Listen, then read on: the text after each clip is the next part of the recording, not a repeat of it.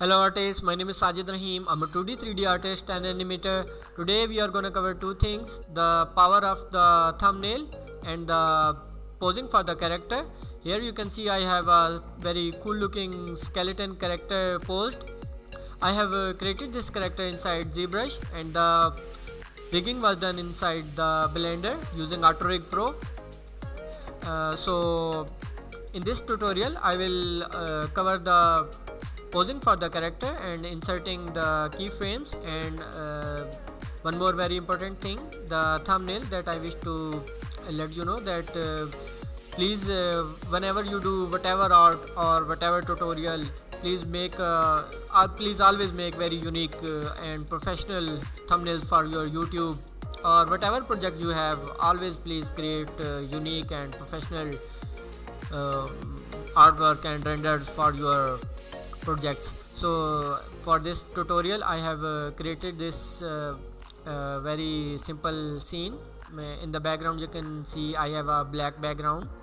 This is created with the plane, and this is very simple text, you may all know, and this is a simple rectangle. I have applied a modifier on it called wireframe. Let me just quickly show you. Here we have a text. We can add any text by pressing Shift A, and we can add any text here. Here you can see we have a text here. If we go to the text modification or text object data property, we have so many options here. We can offset or extrude the text. If we need to change the text, just press tab and type whatever you like, and then again press tab or just go to the object mode, and you have a very unique text. And if you wish to apply any material, simply select the text and go to the material section, and here we have a new button. Just press on it, and we have created our material. We can change the base color whatever we like. If we wish to make it black or white, we can also do it from here. We can rename it by just double clicking on the material, and so the text section is done, and this is the rectangle. I have created this rectangle using this box or cube, and I have applied a modifier called wireframe. Here you can see we can increase or decrease the thickness of the wireframe. We can scale it to any specific direction. Here you can see. So this is how I created this border for the text, and for the background this is also very simple. Just simply press Shift A and go to the mesh section, go to the plane, select the plane, and then we also have a option for the scale. We can increase or decrease the scale from here, or we can just simply scale it by pressing S and scale. And if we wish to make or set something like this, we can make this very easily. Simply select the plane and select it and press the tab key, and then select the edges. Select any edge that you wish to round and extrude. Just select the edge, press E, so it will extrude it. And we want to go to the upward, so we need to press the Z key to go to the Z direction, and we are happy with the height. And then we also need to round this from the middle. Here you can see, just simply select the middle line and then press the Ctrl B keys and move the mouse. Here you can see we have a bevel over here, but this is very sharp. We need a smoother one, so simply scroll your mouse wheel, so you can add so many segments, and you can make it smoother. Simply then click anywhere to apply the operation, and then press tab to come out from the edit mode. And if you have jagged edges like this, simply click on the set, right click and make it shade smooth. Select this one, shade smooth, so all the wrong or maybe sharp looking edges will become smooth.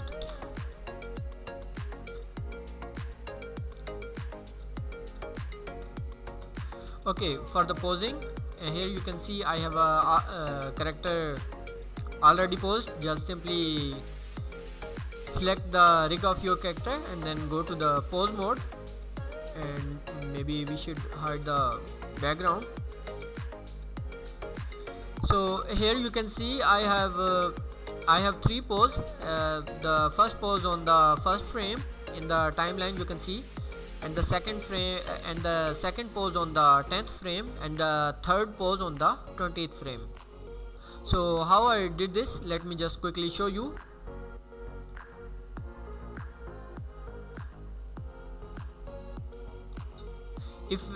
If we wish to move any part of our body, just simply select the joint for that particular section. Here I have selected this one. Just press G so you can grab the hand or whatever bone you wish to grab. If I select this one and press G, and I have grabbed the bone, I can move this to the left, right, and up and down. If you don't want to, or if you wish to reset the location, just press escape key. It will back to the location from where you have picked. So this is how you can move the joints. You can rotate the joints by selecting and pressing the R key, and if you wish to rotate the hand or any bone to any specific axis, you can do this very easily. If you wish to rotate in Z axis, here you can see I already have pressed the R key, it's rotating. But if we wish to rotate in Z, we have to press the Z key, so it will only rotate in the Z axis. But if we wish to only rotate it into the Y axis, we can press Y, so now it's rotating to the Y axis. If we need to rotate it to the X axis, just press X, and now it's rotating in the X axis. So this is how you can rotate and move the joints. And if you wish to scale any point, just simply press it and press S key and move the mouse to any side, and it will make your selected bone bigger or maybe shorter. So I'm going to press the escape to reset it to the default scale. So what I'm going to do is I'm going to quickly pose the character, something like this. So we can do this very easily. I'm going to the first or 10th frame. Here we have I have a controller here. Just simply press G to grab it, and I have done this, and I am going to relax this bone. So this arm will be relaxed, and the hand can also be rotated from these gizmos. We can move the hand with the help of this move gizmo. We can rotate this with the help of this rotate gizmo. We can scale this with the help of this scale gizmo. So whenever I move the bone, or I move any bone without this gizmo, it's mean I have just pressed the G key to grab it, and I am moving with that action command. So please don't confuse, because for the movement I mostly use the G key, but for the rotation I also use this gizmo for the rotation. So here I'm going to rotate the hand and something like this, and I'm going to grab it. I also wish to make the fingers in the relaxed position, something like this, because in real life we always have a curvature to our hand bones, because in real life our hands are not straight. So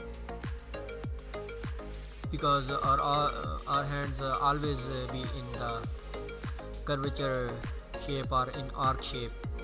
So I'm going to relax the arm and the hand and the fingers as well. So I am going to rotate it towards the text. I also wish to rotate his head to the text because it is important because our character is now looking to our text, because this section is very important for the thumbnail.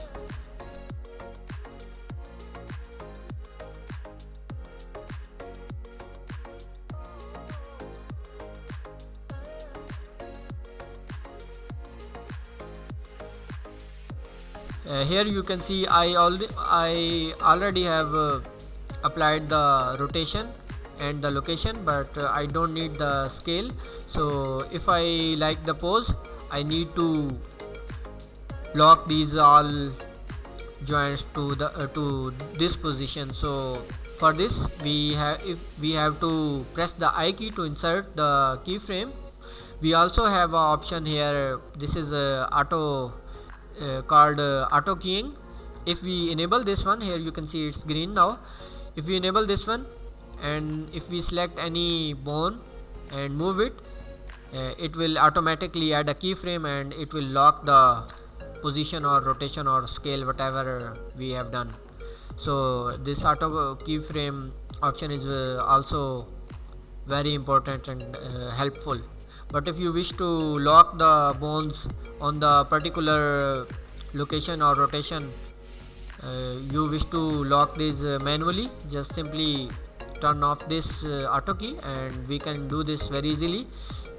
Suppose we like our hand position on this location, simply select the hand and press I, and here we have so many options. If we only wish to lock the location, we have to pick this one. If we only wish to rotate or only wish to lock the rotation, we have to pick this one.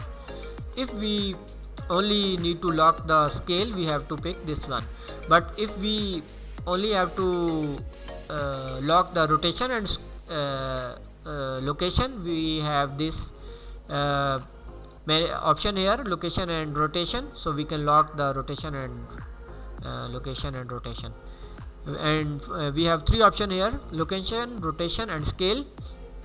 If you wish to apply this one, you can also, if we apply this, so all the location, rotation and scale will be remembered by the keyframe, because we are on the 10th frame, so it remembers the location, rotation and the scale of this bone, and it applies the keyframe on that frame. So our hand is now locked. If you any case forgot your keyframe or inserting the keyframe, then this will not be rendered like this.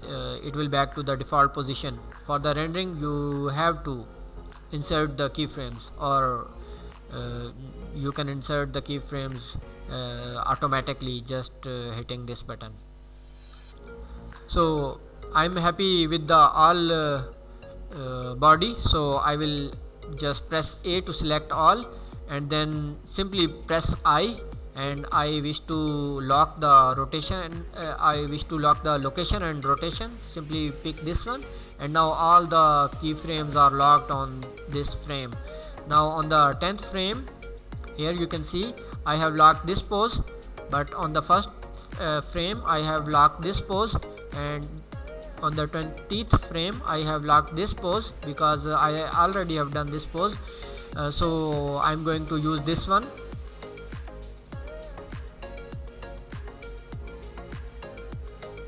If you like any pose, you can scrub the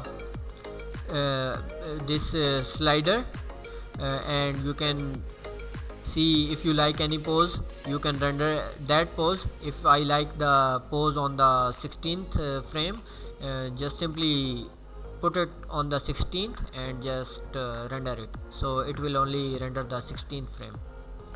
But I like the 20th frame because I already have prepared the pose for my YouTube tutorials or this YouTube tutorial thumbnail. So this is already done, so I simply need to click on this render button and render image. So it will take some time to render. So after that, when rendering will finish, I will save the render from this image button, and I will just select the image button and I can save the image. After the rendering, here you can see because my rendering in progress. So after the rendering we can see all these options, so we can save the render with the help of these two save buttons.